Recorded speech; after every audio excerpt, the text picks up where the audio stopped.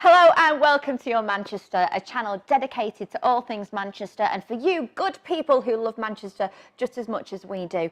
Tonight we have got so much going on for you. We have got the guys from Didsbury Gin who have been wowing the Dragon's Den and managed to bag themselves a dragon. They're going to be telling us all about their experience. And we've also got our Titters who has been walking up and down the country.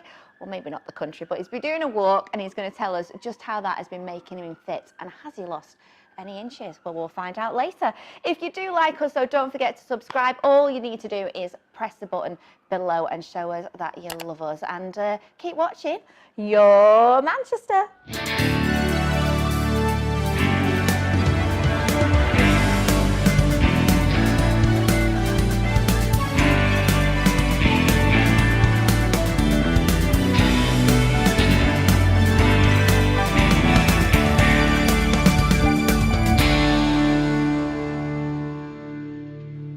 Now, you might have been doing dry January, but I have been doing Ginuary, and it is so much fun. So what better than to invite the leading gin makers and producers that we have in Didsbury. It's Liam Manton and it's Mark Smallwood. Oh my gosh, you were in the house. Right. You have come up with the idea of Didsbury Gin. I've tasted it myself. How was it? Absolutely fantastic. I may have had a bad headache the next morning because I drank quite a fair bit of it. It will be the tonic. It will be the tonic. Yeah. Very clean, the gin. Very clean. Crisp. I've got to say, congratulations, guys. Oh, thank you. Because you were on Dragon's Den. Oh, yeah. And you bagged yourself a dragon with this gin. Slayed as a dragon? Slayed a dragon, Slayed a dragon. I know. How does that feel? It's not quite sunk in yet because after that, a lot of work happens. Yeah. And so we've gone from being sort of a part-time business where we were... It's a funny story because the month we filmed Dragon's Den, 2 weeks early, we both got made redundant.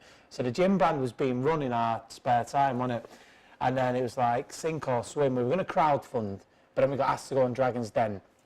So we went on. Obviously, we're always confident because we know the gin's good, but then it's like, we're running the business from my living room, aren't we? Yeah. We've been doing it part-time when it all stack up. Yeah. Wow. So we went in, and luckily for them, they got a gin brand. That's fantastic. Is it because you're gin lovers that you decided that you'd come up with this Didsbury Gin? Well, before we set up, we definitely drank a lot of gin, so you can put that down. I've always loved gin, and then obviously I met Mark. Yeah, I did hospitality at University of Manchester, never left Manchester. Always worked in bars and restaurants for like over 20 years now, so... We've drank a lot of gin. Drank a lot of gin at the time. So a good partnership, really. So somebody's kind of got the business brain, you've got kind of like the impetus in terms of like the gin and how it's going to be done.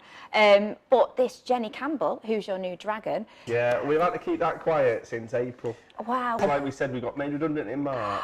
And about 2 weeks later, we were actually filming the show. Wow. And then ever since then, we've had to just keep it quiet. And does it feel exciting? Do you feel like you're going places now Jenny's on board? Because you put 75,000 into your company for 33.3%. To be honest, she got the bargain of the century because Jenny's not been allowed to do anything with us till the show aired. So obviously she's done a lot of back office support, but she can't do anything visible.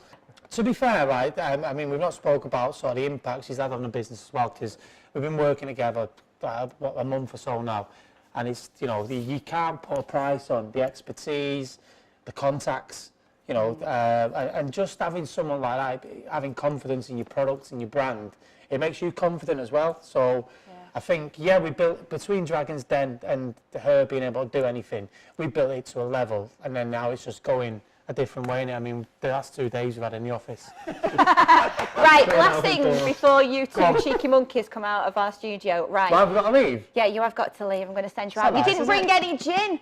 They didn't bring it with them. He drank it on the way here. Liam, right. Who's taller, you or Peter Jones? He's a little small, mate. It depends whether he has his heels on or not. Stand up. I think you'll go off our camera, actually. Go on, stand up. Peter Jones has definitely got about 6 inches on you. There's he, yeah. Yeah, he's well. There you go. See, Peter Jones has nothing on Liam. I've got about an inch on Deborah Meaden, I think. Have you? on that note, matching heels. Ladies and gentlemen, thank you very much for joining us, and we come back with some of your flavours very soon and see us. Yeah, we'll be here tomorrow. Yeah. We'll bring you some gin next time. Yeah. Oh, this is the moment I love on these shows. It's when our Titters joins us and I find out what he's been up to. And you've been walking, haven't you? Yeah, I went up Rivington Pike the other day, took a few shots, got a bit of fresh air, and spent 3 days beforehand planning what I was going to have for tea when I got home. Oh, Oh, bless. lovely. Was it a brisk walk? It was, because I'm well and truly out of condition, and I was blowing through my bottom a little bit. Oof, we don't was I? know. Well, I was taking breath in as well through there as well. I was panting a bit, Lovely. but it did me a power of good out in the fresh air. Well, this is all about a new you, a new fitter you, and a bit of mindfulness as well. So shall we take a look at what you go up to? I certainly can.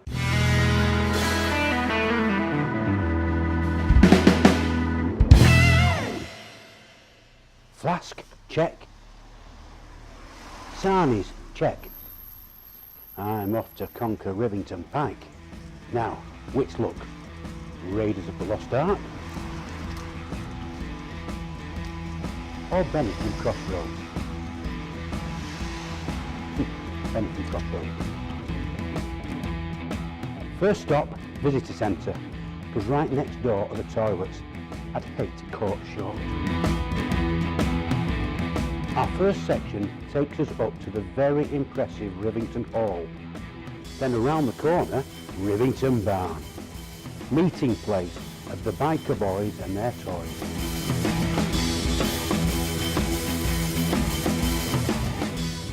I once went to a dance there, a barn dance. But isn't that what barns are for? The ascent now begins in earnest.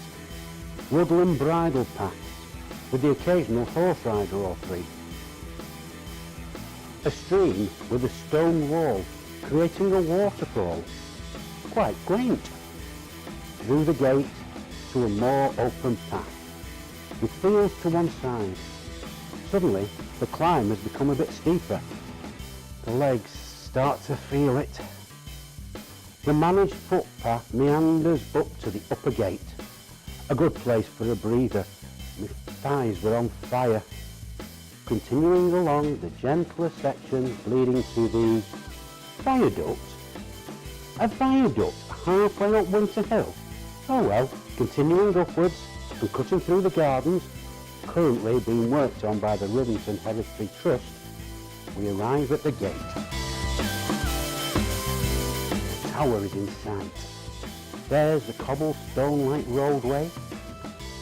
There's a section of steps with a quick break to view the scorched landscape from the moorland fires of summer 2018 before the final push, knowing that at the top you'd be eating your sarnies and drinking your flask of coffee with a tot of rum in it.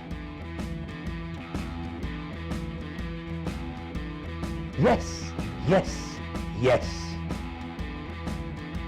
He came, he saw, he conquered.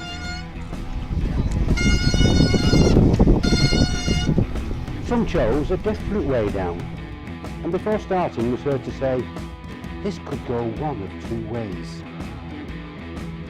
Once we reached the bottom, we called for a well-earned cup of coffee in the cafe next to the visitor centre, where we checked our stats before heading home to a slow-cooked stew and dumplings. It looks like you really had a good time. It was a lovely day out, absolutely lovely day out. And as I say, when we got home, food. Well, I tell you what, we have got something planned for you for the next show to go and do. Right. It's cold, it's a bit slidey, Mm-hmm. and watch your fingers. Right. Okie doke. You're going ice skating. I'm not allowed to swear on there, am I? Oh, goody! That sounds so much fun. Right. Brilliant. Titters So, on ice. Yeah, Titters on ice. Come back and tell us all about it. Right. Love to. If you're in one piece. Thank you very much. I'll get special insurance out, yeah. We have got so much coming up on the next show as well. So don't forget to tune in to Your Manchester and find out a little bit about Titters. But we've also got the Anti-Valentine's Day Theatre Company that is coming in. And they're going to be telling us about their alternative play. You don't want to miss that. So do press subscribe if you haven't already and join us for that episode. And where's it going to be? Your Manchester.